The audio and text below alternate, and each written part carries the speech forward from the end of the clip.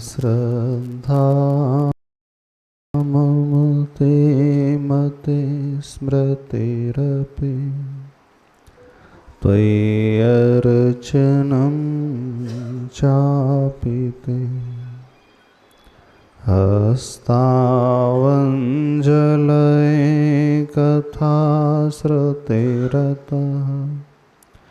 करेणोक्षिसम्प्रेक्ष्यते सस्तत्यां व्यसनमशिरोन्नतिपरं सेवीदृशीयेन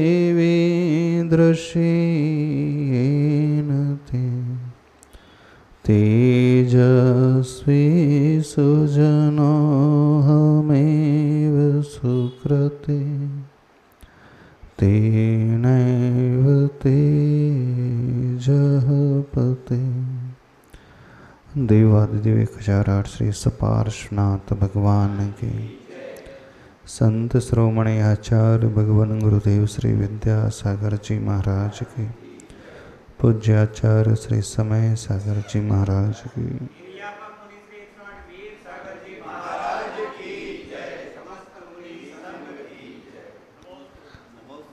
कई बार ऐसा प्रतीत होता है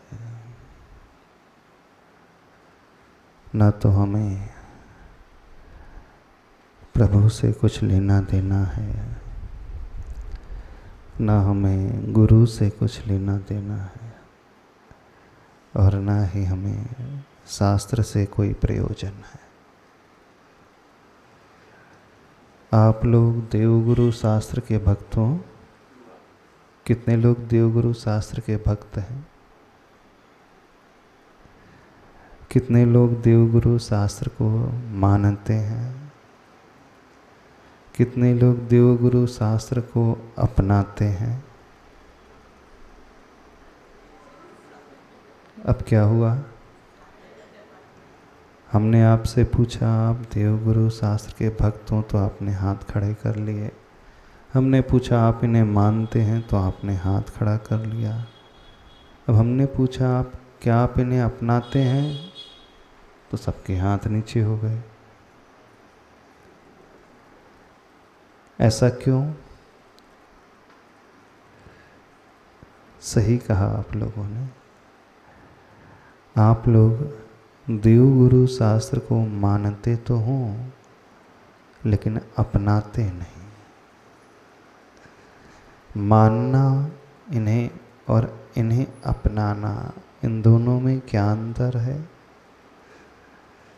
और यदि हम थोड़ा कड़वा सत्य कह दें कि आपको न प्रभु से कुछ प्रयोजन है, न गुरु से कुछ प्रयोजन है, आपको प्रयोजन सिर्फ अपने स्वार्थ से है। आप लोग गुरु के पास जाते हो? हाँ, तभी तक जाते हैं जब आपके मंदिर में हो। दूसरे मंदिर में यदि गुरु विराजमान हो तो किसकी ड्यूटी? दूसरे मंदिर की कमेटी की। सही है ना? आपकी ड्यूटी कब तक रहेगी? जब तक आपके मंदिर में रहेंगे। महाराज जी ऐसे है ना? सत्य कह रहा है कि नहीं? प्रभु हमारे मंदिर के हैं तो हम पूजेंगे, दूसरे मंदिर में हैं तो हम फॉर्मेलिटी करेंगे। ऐसे गुरु यदि हमारे मंदिर में उपस्थित है तो हम सेवा करेंगे, वैयावृत्ति करेंगे, सारी व्यवस्था करेंगे। दूसरे मंदिर में है तो किसका कर्तव्य है? वहाँ की कमेटी का कर्तव्य है। तो इसका अर्थ यह है देव और गुरु किसके हो गए? कमेटी के। गलत तो नहीं कह रहे? देव गुरु किसके हो गए? कमेटी के। आपके कब तक? जब तक आपकी रेंज में है, आपकी सीमा में है, आपके मंदिर में है। और जैसे दूसरे मंदिर में गए तो उनकी रेंज में आ गए। लोक व्यवहार में प्रचलन है ना, थाना होता है, पुलिस थाना, उनकी रेंज बटी हुई रहती है, रेंज बटी होती है ना, एक मोहल्ले 2 मोहल्ले की जिनकी रेंज है। यदि दूसरे फील्ड में कुछ होता है, दूसरी रेंज में कुछ होता है, तो यहाँ का पुलिस वाला क्या बोलता है, केस मेरा नहीं है, तुम तो वहाँ जा कर के कंप्लेंट करो, वहाँ जा कर के FIR करो, वहाँ थाने में रहने वाले संभालेंगे।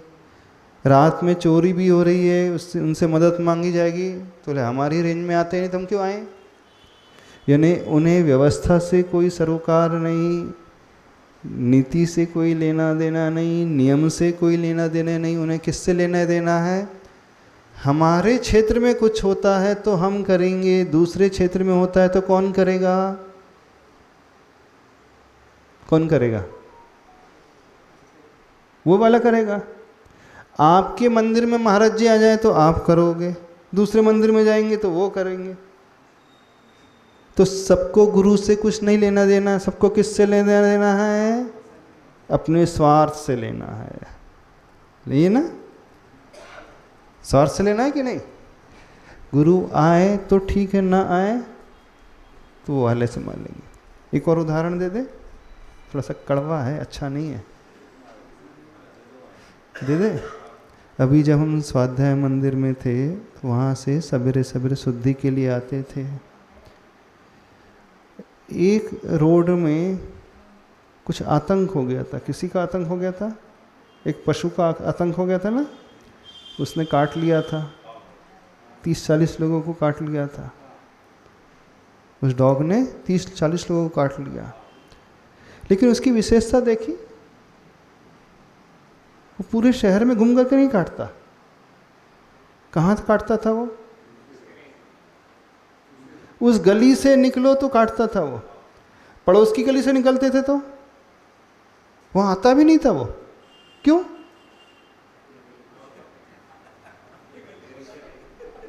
हाँ, वो दूसरी रोड, पैरेलल रोड में चलो तो कभी नहीं आता था वो अपने ही उस रोड में right from beginning to end बस वहाँ चक्कर लगाता रहता था, वहीं दौड़ लगाता था।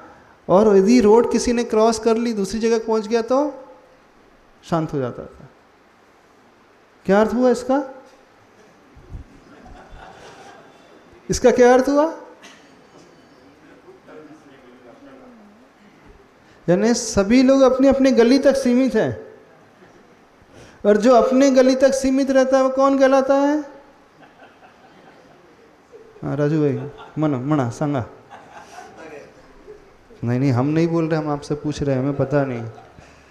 जो सिर्फ अपनी लेन तक सीमित रहता है, अपनी रोड तक सीमित रहता है, और जैसे ही रोड समाप्त हुई वो तुरंत यू टर्न ले लेता है वो, है ना। यदि रास्ते में विहार करते आए तो भौंकते रहते हैं बीच बीच में, लेकिन कहाँ तक भौंकते हैं? जब तक ये तो उसका मालिक साथ में होता है तब तक, अथवा जब तक उनकी गली होती है तो तब तक। और गली समाप्त हुई तो वो भी भौंकना बंद कर देता है और दुम दबा करके अपने घर में चला जाता है।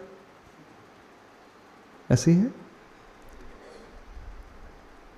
तो जो नीति उस पुलिस वाले की है, जो नीति उस जीव की है, यही नीति किसकी हो रही है आज वर्तमान में? नहीं, आप बताओ, हम नहीं बोलेंगे। है तो आप लोगों को भगवान से कुछ लेना देना नहीं है ना, कोई प्रयोजन नहीं है। हम कब तक पूजेंगे भगवान को? जब हमारे मंदिर के होंगे तो हम पूजा करेंगे, अभिषेक करेंगे, शांति धारा करेंगे और बोली लेंगे। और दूसरे मंदिर में शांति धारा चल रही हो तो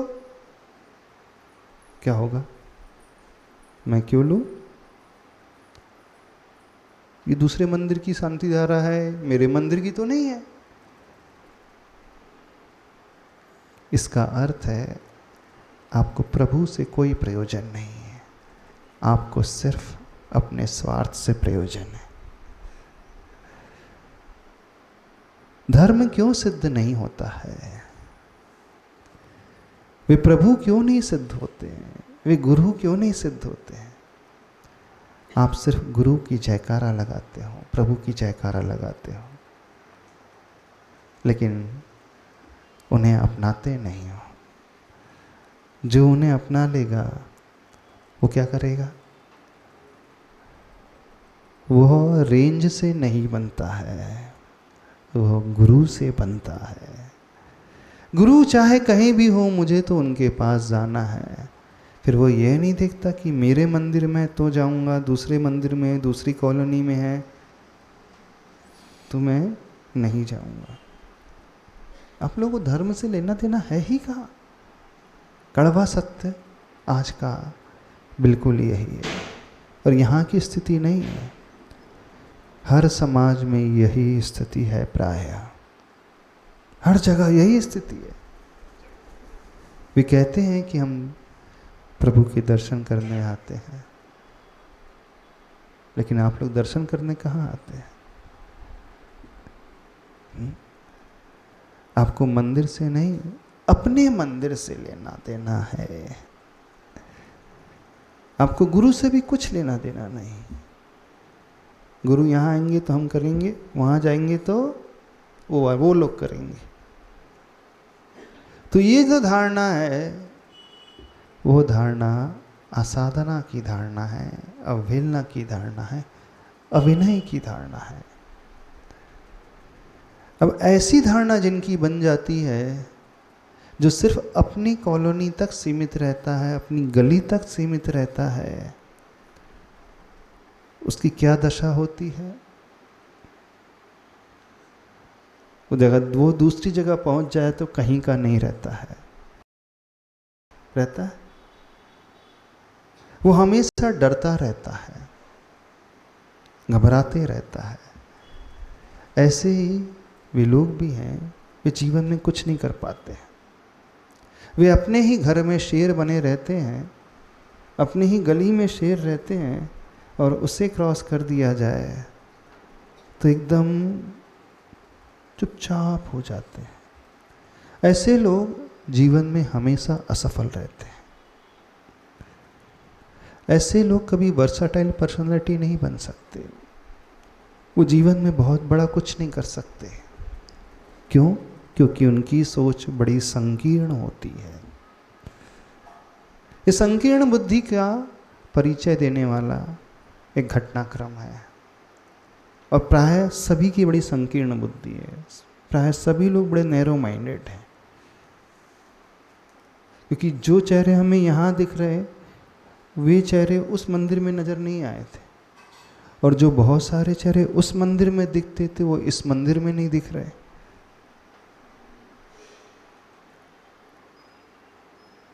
तो आपको क्या फर्क पड़ता है? कोई फर्क नहीं पड़ता है ना? क्यों तेजस सही करे? यहाँ की नहीं, सब जगह यह स्थिति है, और यही एक कारण है मूल में जो व्यक्ति को आगे बढ़ने नहीं देता। आप कहोगे कि उनकी जिम्मेदारी, प्रश्न जिम्मेदारी का है ही नहीं, प्रश्न ये हमारी सोच का है। और जो व्यक्ति जितनी संकीर्ण विचारधारा वाला होता है, वो जीवन में कभी प्रोग्रेस नहीं कर पाता, कभी ऊंचा नहीं उठ पाता। वे ही लोग ग्लोबली कुछ कर सकते हैं, दुनिया में जाकर के कुछ कर सकते हैं, जिनका विज़न बहुत बड़ा होता है। जो ब्रॉड विज़न वाले होते हैं, वे दुनिया में कहीं भी कुछ कर सकते हैं, और जो बहुत नैरो माइंडेड होते हैं, वे तो अपने गली तक, अपने घर तक, अपने शहर तक, अपने मंदिर तक सीमित रहते हैं। क्योंकि एक बार जो मेंटलिटी बन जाएगी, जो मानसिकता बन जाएगी, वह मानसिकता फिर हर जगह चलेगी। धर्म में ये आप समझ नहीं ना समझे कि धर्म में आपकी मानसिकता बन गई है तो आप सिर्फ धर्म तक ही सीमित रहोगे, ऐसे नहीं। आप फिर लौकिक क्षेत्र में भी इसी मानसिकता को लेकर के जियोगे। ऐसा व्यक्ति कभी जिंदगी में कुछ अच्छा कर नहीं पाता हो, कुछ बड़ा नहीं करके दिखा सकता अपने लाइफ में। वो सिर्फ अपने घर तक सीमित रह जाता है। तो जो बहुत बड़ा करने वाले होते हैं, उनकी दृष्टि ही अलग प्रकार की होती है, उनकी मानसिकता अलग ही प्रकार की होती है। वो कभी अपने घर तक सीमित नहीं रहते, अपने लेन तक सीमित नहीं रहते। कि उनका उद्देश्य यहाँ तक नहीं, उनका उद्देश्य बहुत बड़ा होता है। भगवान सबके होते हैं, है ना। पार्शनाथ भगवान यहाँ बैठे हैं, ये आपके ही हो गए, इतने ही हो गए, यहीं तक सीमित हो गए। आप दूसरे मंदिर में अभिषेक करने भी नहीं जाते होंगे, कौन करे। यदि वहाँ पर अभिषेक ना हो रहा हो अथवा कोई करने वाला ना हो तो आपके मन में पीड़ा भी नहीं पैदा होती होगी। हमें कुछ लेना देना ही नहीं, वहाँ जान के लोग जाने, वहाँ की कमेटी जाने, ऐसे ही है ना। सत्य तो यही, अधिकांश लोग ऐसे ही रहते हैं। नहीं, ये सोचने का विषय है। इससे प्रभु को कोई फर्क नहीं पड़ता, भगवान को कोई फर्क नहीं पड़ता आप उनके पास आओ अथवा ना हो, क्योंकि वो भगवान आपके आने से नहीं बने। आप उनका अभिषेक कर रहे हो तो भगवान बने हैं, वो भगवान कहलाते हैं, ऐसा तो नहीं।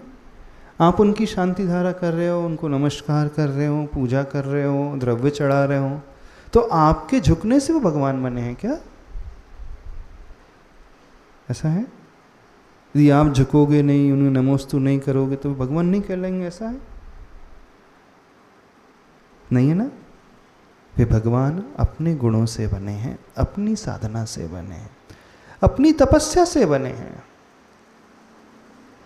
तो उन्हें कोई अंतर नहीं पड़ता प्रभु को आप यहां आ रहे हो नहीं आ रहे हो, कुछ लेना देना नहीं उन्हें। हाँ, लेकिन जो आएगा अंतर उसे पड़ेगा। तो जो व्यक्ति संकीर्ण विचारधारा से निकल करके बाहर आ जाएगा उसे अंतर पड़ेगा। हम यहीं तक सीमित हैं तो अपना ही नुकसान करते हैं, प्रभु का कुछ नहीं होता है। उनका क्या नुकसान होगा, वो तो कृतकृत्य हो गए हैं, वो तो अनंत गुणों से भर चुके हैं, वो हमेशा के लिए सुखी रहेंगे। हम बहुत सारी पूजा कर रहे हैं, बहुत विधान कर रहे हैं तो उन्हें बहुत सुख मिलता है, ऐसा नहीं है कि जिस भगवान के जितने ज़्यादा भक्त हैं तो उतने बड़े भगवान हो गए, ऐसा नहीं है। जिस गुरु के जितने ज़्यादा भक्त हैं तो उतना बड़ा गुरु है, ऐसा कभी नहीं होता है।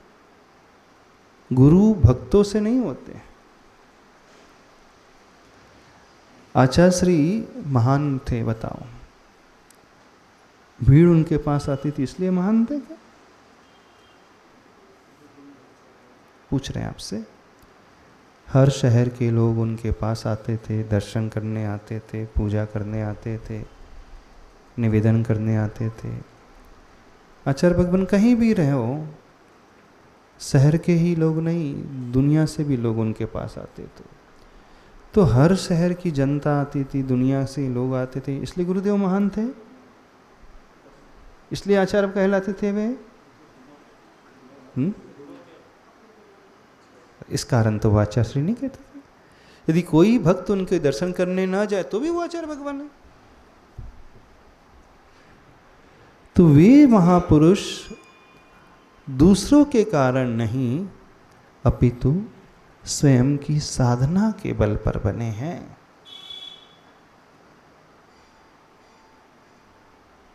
उन्होंने 36 मूल गुणों को पाला है, स्वयं दीक्षा ली है, स्वयं साधना की है, अपने आवश्यक को पालते थे अच्छे से, निर्दोष तरीके से, इसलिए वे आचार्य परमेष्ठी कहलाए।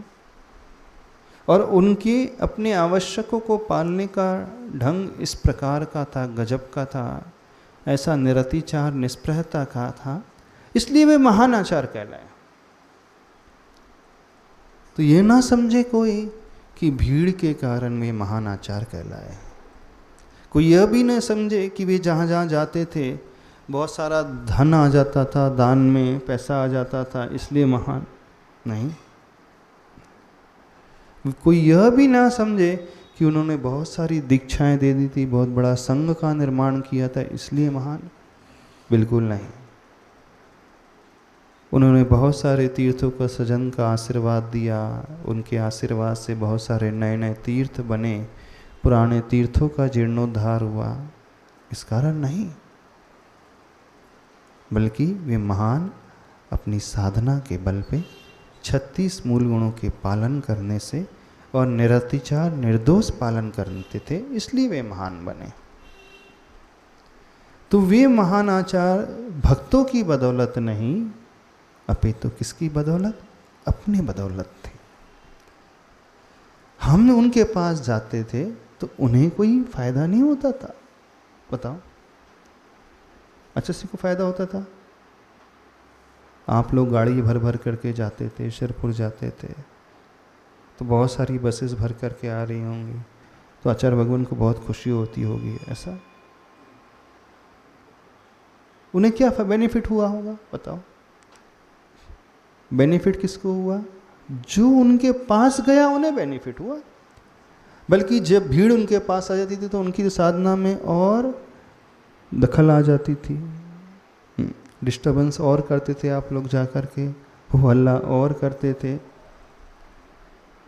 कि नहीं? तो भीड़ के आने से तो एक प्रकार से उनका नुकसान ही होता था, फायदा तो होता नहीं था। तो जो भीड़ उनके पास जाती थी, उनके दर्शन करती थी, आहार दान देती थी, सेवा करती थी, वैयावृत्ति करती थी, वे भक्त स्वयं लाभान्वित होते थे, पुण्य वे भक्त कमाते थे। आचार्य श्री को पुण्य भीड़ से नहीं मिलता था कि ज़्यादा जिस दिन भीड़ आएगी उस दिन ज़्यादा पुण्य का आसरा होगा, ऐसा नहीं। और जिस दिन कम भीड़ आएगी तो कम पुण्य बनेगा, ऐसा नहीं, ये नहीं समझना, तो बहुत बड़ी गलतफहमी पाल लोगे आप लोग। तो अधिक भीड़ से अधिक पुण्य लाभ और कम भीड़ से कम पुण्य लाभ, ऐसा बिल्कुल नहीं। उनके कर्मों की निर्जरा भीड़ से नहीं, दान से नहीं, भक्तों की संख्या से नहीं, संघ की संख्या से नहीं, संघ में रहने वाले साधु साध्वी आरिकाओं की संख्या से नहीं, उनकी कर्म निर्जरा जो हो रही थी अपनी साधना से, तपस्या से हो रही थी। तो वो स्वयं की साधना के बलबूते पर उन महान आचार्य पद को निभाने वाली महानता उन्होंने पाई थी। ऐसे ही हम यदि भगवान के पास आ रहे हैं दर्शन करने, आप गोमटेश्वर बाहुबली दर्शन करने जाते हो तो भगवान का मान बढ़ गया क्या आपके जाने से? बताइए, भगवान की जो प्रतिमा का साइज बढ़ गया होगा। बोले सारी दुनिया से दर्शन करने आते हैं, मस्तकाभिषेक करने आते हैं, बोले इतने सारे लाखों लोग आ रहे हैं तो ऊंचाई उनकी बढ़ गई होगी, ऐसी नहीं बढ़ी है ना? वो तो अपने आप में पहले से बहुत ऊंचे हैं, हम उनके दर्शन करने जाते हैं तो लाभ हमारा होता। तो वो लाभ कब होगा, वो कर्मों की निर्जरा कब होगी, वो पुण्य का आश्रय कब होता है? जब उन प्रभु को वो अपनाता है। अब एक उदाहरण देते हैं। आप अपने घर में बच्चों को खिलाते पिलाते हो, बच्चा बीमार पड़ता है तो उसके लिए दवाई देते हो, डॉक्टर के पास ले जाते हो इलाज करने के लिए, उसकी खूब सेवा करते हो। और आपकी सेवा करने से, डॉक्टर के पास ले जाने से, दवाई खिलाने से 7 दिन के पश्चात वो बच्चा स्वस्थ हो जाता है, ठीक है ना? आपने उसके इलाज में बहुत पैसा भी खर्च किया, टाइम भी दिया, सेवा भी दी, तो कितना पुण्य मिलता होगा बताओ? कोई पिता अपने बीमार बच्चे की सेवा कर रहा है, माँ बीमार बच्चे की सेवा कर रही है, तो कितना पुण्य कमाती है? वो पुण्य कमाती, कुछ पुण्य तो मिलता होगा, नहीं मिलता पुण्य? क्या मिलता है? अपने कर्तव्य का पालन कर रहे हो, ऐसा तो नहीं बहुत पुण्य कमा रहे हो। अच्छा, अब वही माँ पड़ोस में रहने वाला जो एक बच्चा है, और वो बच्चा गरीब है और वो बीमार पड़ गया, अब उसके बीमारी के इलाज के लिए वो उसे डॉक्टर के पास ले जाती है, उसे दवा खिलाती है, उसके भोजन की व्यवस्था करती है, और 7 दिन तक उस बच्चे की सेवा करती है और 7 दिन के पश्चात वो बच्चा एकदम स्वस्थ हो जाता है। अब उससे क्या पुण्य मिलेगा? मिलेगा। अपने बच्चे की सेवा करने पे क्या मिल रहा था? कर्तव्य का पालन। और पराये बच्चे की सेवा से पुण्य। अपने मंदिर में रहने वाले भगवान की सेवा करने से, और दूसरी कॉलोनी में भगवान है वहां जाकर के सेवा कर रहे हो तो क्या होगा? क्या होगा? बताओ बताओ क्या होगा? नहीं, पुण्य तो मिलेगा। कोई व्यक्ति प्रतिदिन अपने मंदिर में आकर के, कॉलोनी के मंदिर में आकर के अभिषेक करता है, शांति धारा करता है, पुण्य तो कमा रहा है, नो डाउट। लेकिन वह दूसरी कॉलोनी में स्थित मंदिर में जाकर के अभिषेक पूजा कर रहा है और मंदिर की सेवा करता है, सफाई करता है, तो कहाँ पुण्य ज़्यादा मिलेगा? अब बताना, कहाँ पुण्य ज़्यादा मिलेगा? दूसरी जगह जाके। और वो मंदिर बहुत दूर दूसरे गांव में है, तो अब दूसरे गांव में जाकर के उस मंदिर में आप अभिषेक पूजन करते हो, सारी व्यवस्था संभालते हो। अब देखना, एक अपने शहर में दूसरी कॉलोनी के मंदिर में जाके अभिषेक पूजा सेवा कर रहे हो, और एक शहर को छोड़ करके नियर बाय कोई दूसरा गांव है वहाँ जाकर के वो सेवा पूजा कर रहा है, जहाँ कोई समाज नहीं, कोई व्यवस्थापक नहीं है। तीसरे केस में तो कहाँ पुण्य ज़्यादा मिलेगा? बाहर जाकर के कर रहा है, यानी दूरी जितनी बढ़ती चले जाएगी,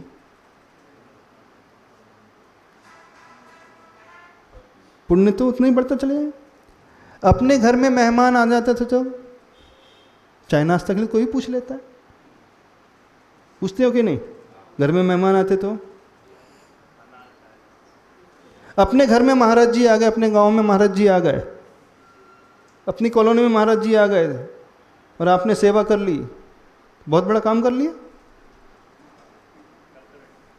क्यों? बहुत बड़ा काम कर लिया। घर में आए मेहमान को तो हर कोई पूछता ही है। बात तो तब है कि जब वे गुरु दूर हो और आप अपने घर को छोड़ करके सेवा करने जा रहे हो, तो कैसा होगा? कैसा होगा बताओ? तो धर्म कैसे फलता है उस विधि को समझने की कोशिश करो। और आप लोग पूरा उल्टा करते हैं। क्या करते हैं? दूसरी कॉलोनी में मंदिर महाराज जी जाएंगे तो वो संभाले, दूसरी कॉलोनी के मंदिर हैं, भगवान हैं तो उनकी जिम्मेदारी, दूसरे गांव का है तो उनकी जिम्मेदारी। हमने ठेका लेकर के रखा है क्या? बस ये भाव जहां आ गया, समझना आपने आसाधना कर दी, अवहेलना कर दी, अविनय हो गई, और यहाँ पुण्य नहीं पाप कर्म का तीव्र आश्रय हो गया। तो क्यों व्यक्ति को धर्म नहीं फलता है? शहरों में रहने वाले, गांव में रहने वाले व्यक्तियों को हम उनकी बात कर रहे हैं जो रोज मंदिर आते हैं, जो रोज अभिषेक पूजन करते हैं।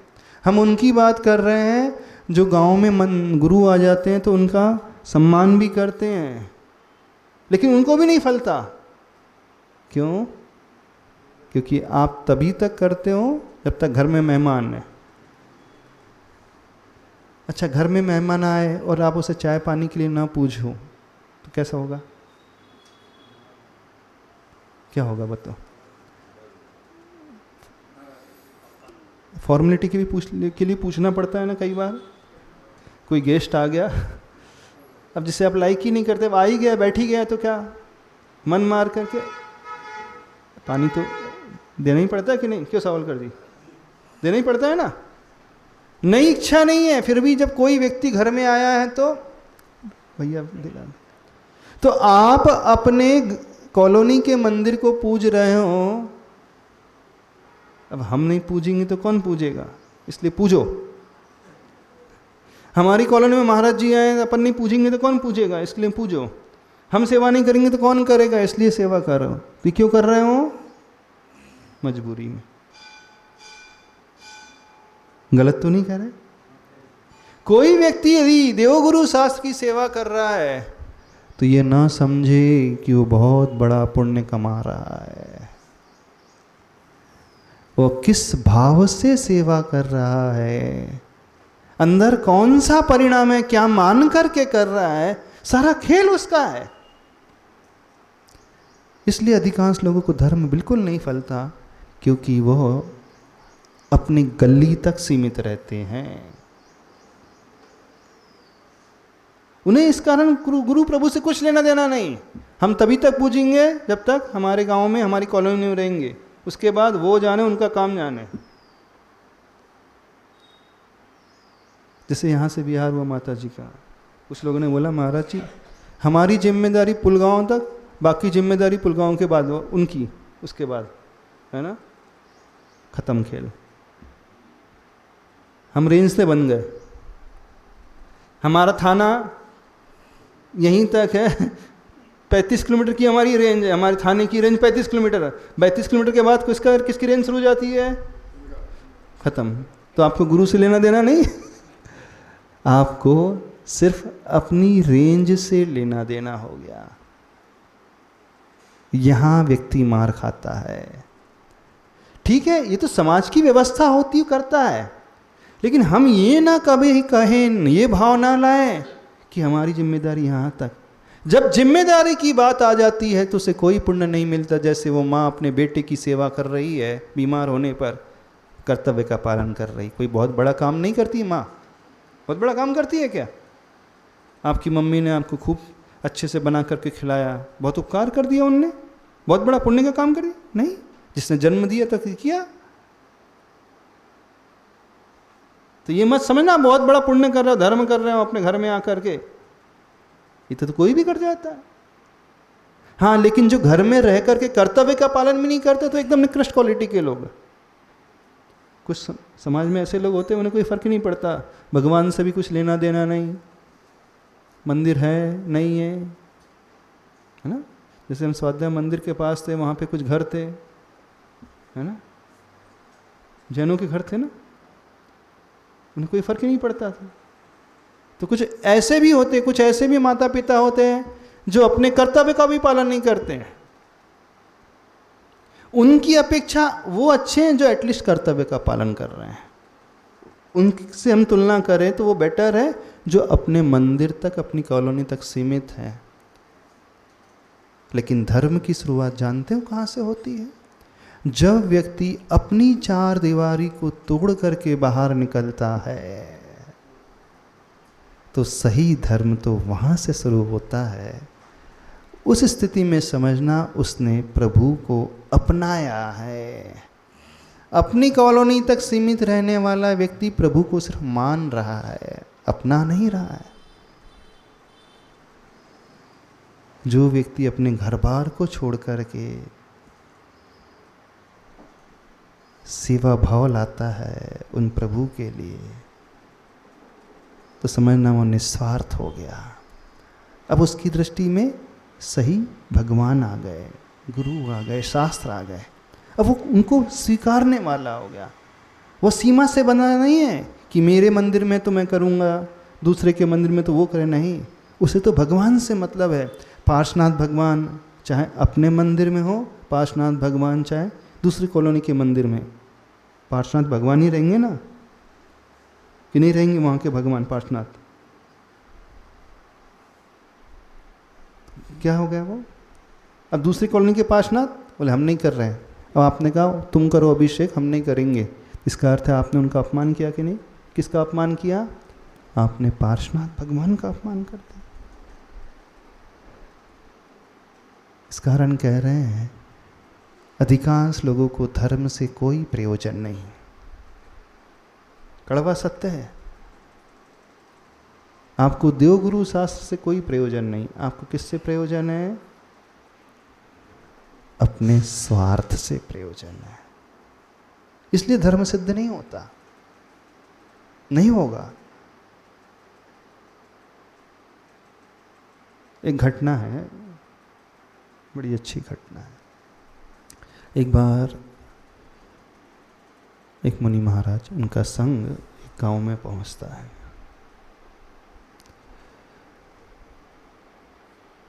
तो जिस गांव में पहुंचता है, गांव में पहुंचने के पूर्व समाज के कुछ लोग आ जाते हैं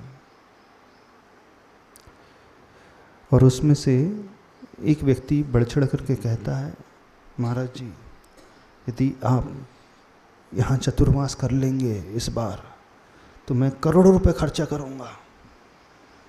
महाराज जी बड़े खुश, बोले बड़ा अच्छा भक्त है। बोला लेकिन शर्त है इसी बार करना आपको। इस बार यदि आप चतुर्मास यहां कर लोगे तो मैं करोड़ रुपए खर्च करूंगा। बार बार वे बोल रहा था, इस बार आप करोगे तो ये करूंगा, इस बार आप करोगे तो वो करूंगा, इस बार आप करोगे तो मैं सारी व्यवस्था बाहर से आने वाले जितने भी दर्शनार्थी हैं उनके भोजन की व्यवस्था भी मैं संभालूंगा, किसी को किसी प्रकार की कोई परेशानी नहीं होगी। महाराज जी बड़े ध्यान से सुन रहे थे। तो दूसरा व्यक्ति चल रहा था, उससे पूछते हैं, ये तो बड़ा गजब का व्यक्ति नज़र आता है, समाज का बड़ा श्रेष्ठी नज़र आता है, पर ये बार बार इस बात पे क्यों जोर दे रहा है कि इस बार आप करोगे तो मैं करोड़ों खर्च करूंगा, सारे दर्शनार्थ की व्यवस्था, चतुर्मास में किसी को कोई परेशानी नहीं आएगी, जो भी आएंगे जितने भी आएंगे जैसे भी आएंगे सारी व्यवस्था। उसने बताया, महाराज जी यहाँ का अध्यक्ष है और अगले साल इसका जो है टर्म, इस साल जो इसका टर्म जो पूरा हो रहा है। तो महाराज जी ने से पूछा, मान लीजिए हम अगले साल करेंगे चतुर्मास, तो बोले फिर मैं कुछ नहीं करूँगा। क्या हुआ, क्या हुआ?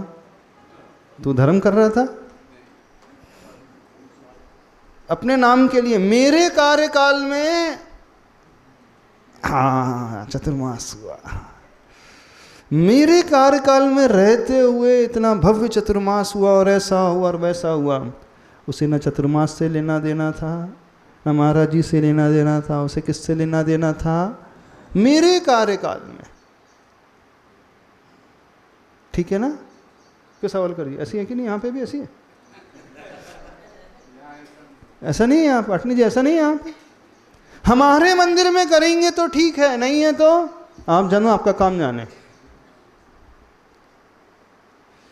पूरे बिहार की जिम्मेदारी हम लेंगे, लेकिन शर्त यह कि हमारे मंदिर में करना। नहीं है तो कोई और जाने। तो आपको महाराज जी से कोई लेना नहीं है? लेना है? नहीं लेना। बस यहां व्यक्ति मार खा जाता है। आपको लगता है कि आप धर्म कर रहे हैं, पर आप धर्म नहीं कर रहे, आप अपने अहम का पोषण कर रहे हैं। और जहां धर्म में अहम आ जाएगा, वहीं से व्यक्ति का पतन शुरू हो जाएगा। इसलिए पतन हो गया क्योंकि उसने देव गुरु शास्त्र को निमित्त लेकर के अहम का पोषण कर दिया। एक व्यक्ति अहम का पोषण करता है अपने व्यापार को लेकर के, एक व्यक्ति अहम का पोषण करता है अपनी क्वालिटीज़ को लेकर के, एक व्यक्ति अहम का पोषण करता है मैं इतना सुंदर हूँ, एक कहता है कि मेरे पास इतना पैसा है, एक कहता है कि मेरा इतना प्रभाव है, और एक पोषण कर रहा है प्रभु को लेकर, मैं अध्यक्ष हूँ। अब आपने देवगुरु शास्त्र को लेकर के अहम का पोषण कर दिया, नियम से नीचे जाओगे। कहाँ जाओगे? नियम से नीचे जाओगे, क्योंकि आपने किसे निमित्त बनाया? जिन तीन लोक की नाथ की पूजा से, सेवा से व्यक्ति का कल्याण होता था, उन्हें आपने अहम के पोषण का निमित्त बना लिया। बना लिया कि नहीं? मेरे मंदिर में करेंगे तो हम व्यवस्था करेंगे, हमारे मंदिर में गुरु आएंगे तो हम व्यवस्था करेंगे, सेवा करेंगे, वैयावर्ती करेंगे, प्रवचन में आएंगे। दूसरे मंदिर में जाके करेंगे तो वहाँ के लोग जाने, हमें क्या लेने देना। तो आपको प्रवचन से भी कोई सरोकार नहीं। आपको किससे सरोकार है? मेरे मंदिर से। मेरी कॉलोनी से, मेरे कार्यकाल से, मेरा अध्यक्ष पद, मैं बस जहां मैं और मेरापन आ गया तो समझना वह गुरु को लेकर के कषाय कर रहा है। जिन गुरु को लेकर, जिन प्रभु को लेकर के उसको भक्ति करना था, अपने कषाय का विसर्जन करना था, तो जो कषाय का विसर्जन कर जाता उसका कल्याण हो जाता, बहुत ऊपर उठ जाता। अब उसने मंदिर को लेकर के मेरापन ला लिया, मेरा कार्यकाल ला लिया, मेरी कॉलोनी ला लिया, मेरा शहर ला लिया, बस खत्म हो गया सब कुछ। अब आप गए, बेड़ा गर्क, नियम से नीचे जाओगे। सावधान, आप कहाँ जाने वाले हो? वर्धा वाले कहाँ जाएंगे? कहाँ जाएंगे? कहाँ? ऊपर नीचे? वैसे मरने के बाद सभी ऊपर जाते हैं, कहने में आता है, कहने में आता है ना, स्वर्गवासी फलाना चंद। फोटो में नाम के आगे क्या लिखते हैं? स्वर्गीय फलाना चंद। लोक व्यवहार है, लिखना पड़ता है। आप जानते थे एक नंबर का व्यसनी था, पापी था, काइया था, गया होगा नीचे, नियम से गया होगा, फिर भी फोटो में हमने किसी की फोटो के आगे नहीं लिखा नारकीय, हाँ? स्व ही लिखा रहता है, स्वर्गीय स्व लिखा रहता है, ना नहीं लिखा आज तक किसी की। आपने देखा किसी में से? किसी ने देखा किसी की फोटो में लिखा हो माला चढ़ी हो, नीचे लिखा हो नारकी? एक नंबर का बदमाश हो, एक नंबर का गुंडा हो, एक नंबर का व्यसनी हो, मरने के बाद उसके नाम के आगे भी स्वर्गीय तो लिखा जाता है। तो कहने में आता है ऊपर जाएगा वो, लेकिन सावधान, आप कहाँ जाओगे आपको विचार करना है। तो आप लोग हैं ना, धर्म को मानते तो हो लेकिन अभी अपनाते नहीं हो। सही कह रहे, गलत कह रहे हैं? यदि गलत कह रहे तो बता दो हमें। कितने लोग एग्री हमारी बात से? पूरे एग्री? तो क्या करोगे आप? अपनी रेंज तक बंधे रहोगे, अपनी गली तक सीमित रहोगे। और जो अपनी गली तक सीमित रहता है वो कौन होता है? बोलो राजू जी, पहले बता दिया कौन होता है। हम नहीं कहेंगे, अच्छा नहीं लगता, हमें शोभा नहीं देता। आप समझदार हो तो भूल करके भी अपनी गली तक सीमित नहीं रह जाना। विशेषकर देवगुरु शास्त्र को लेकर के भूल करके भी विचार नहीं लाना, ये तो उस कॉलोनी का मंदिर है, वो लोग देखेंगे, हमारी कोई जिम्मेदारी नहीं, ये तो हमारा कर्तव्य नहीं, उनका कर्तव्य है। भूल करके भी विचार नहीं लाना। महाराज जी उस मंदिर में बैठे हैं, ये तो वो उस कमेटी जाने, विहार होगा तो मान लो विहार हो जाएगा तो कौन कराएगा? कौन कराएगा? अध्यक्ष कराएगा। कौन सी कमेटी? बस समाप्त। अब आपकी दृष्टि में गुरु का स्थान समाप्त, आपकी दृष्टि में कुछ और ही आ गया। इस कारण कहना बड़ा आसान होता है, हम देवगुरु शास्त्र को अपनाते हैं, स्वीकारते हैं, उनकी पूजा करते हैं। 99% लोग समाज में अहंकार का पोषण करते हैं। बिल्कुल सत्य कह रहे हैं और कड़वा सत्य है। अहंकार का पोषण, उन्हें मेरा मंदिर दिखेगा, मेरी कॉलोनी दिखेगी, मेरा गांव दिखेगा। धर्म की शुरुआत तो तब होती जब व्यक्ति अपने गांव से निकल करके दूसरे गांव में जा करके प्रभु की सेवा करने वाला होता है। तो समझना वह सच्चे अर्थों में पुजारी है, सच्चे अर्थों में वो प्रभु से जुड़ा है, सच्चे अर्थों में वो प्रभु को स्वीकारता है, क्योंकि उसकी दृष्टि में कोई भेदभाव नहीं। पार्षनाथ चाहे यहाँ बैठे हों, पार्श्वनाथ वहाँ बैठे हों तो उसे तो पार्श्वनाथ ही पार्श्वनाथ नजर आएंगे, पर आप लोगों को मेरे पार्श्वनाथ ये उनके पार्श्वनाथ, है ना। कुछ लोग समझ में बेदी भी बांट लेते हैं, ये मेरी बेदी ये उनकी बेदी। मंदिर में मान लो 5 बेदी हो और जिस बेदी में अभिषेक करने वाले 3 श्रावक हो और संयोग से एक दिन तीनों ना आए, तो इस बेदी वाला बोलेगा मैं क्यों करूं, ये जिसकी बेदी वो संभाले।